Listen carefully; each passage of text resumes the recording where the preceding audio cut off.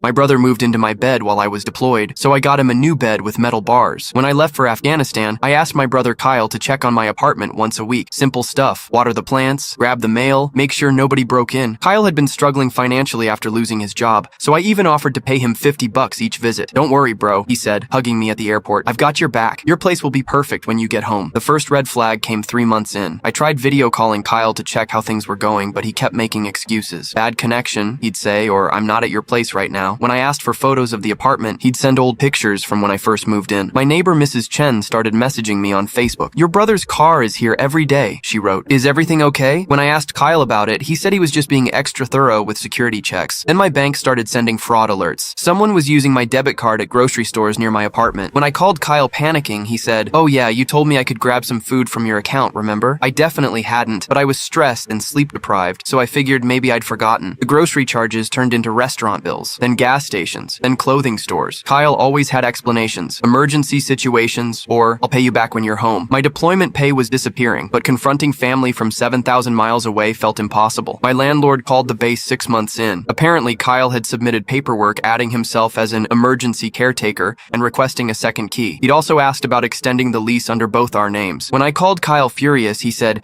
"I'm just trying to help, man. What if something happens to your apartment while you're gone?" Mrs. Chen's messages got more frequent. Kyle's girlfriend was staying over. They were having loud parties. Package deliveries were piling up in Kyle's name. "It looks like he lives there now," she wrote. I started having panic attacks during missions. My own brother was stealing my life while I was risking mine for our country. 7 months in, I managed to get emergency leave and flew home without telling anyone. I wanted to surprise Kyle, maybe take him to dinner as a thank you for watching my place. I used my key to unlock my apartment door at 6 a.m. Kyle's girlfriend was cooking breakfast in my kitchen wearing my favorite college t-shirt. Kyle walked out of my bedroom in my bathrobe, saw me standing there with my duffel bag, and his face went white. "Oh hey," he said, after a long pause. "I've been staying here. Rent's expensive, you know?" My own brother had been living in my bed, using my Netflix, eating my food, and bringing dates over while I was getting shot at overseas. My coffee maker had his initials written on it in Sharpie. His toothbrush sat in my bathroom cup. My refrigerator was full of food I'd never bought. He'd changed my Wi-Fi password and told my neighbors he was house-sitting indefinitely. My own lease had his name added as a temporary guardian. Apparently, he'd forged my signature on some documents. I didn't explode, I didn't yell, I just smiled and said, "That's fine, but I'm back now." Kyle laughed and said, "Actually, I've got legal residency here now. You can crash on the couch if you want." His girlfriend nodded smugly from the kitchen. Kyle's been taking really good care of this place. That's when I made the call. Turns out, identity theft and forging military documents is a federal crime. The FBI takes that stuff seriously, especially when it involves active duty personnel. Kyle's new bed has metal bars all right, and 3 roommates who don't appreciate document fraud. His girlfriend, she moved out the day the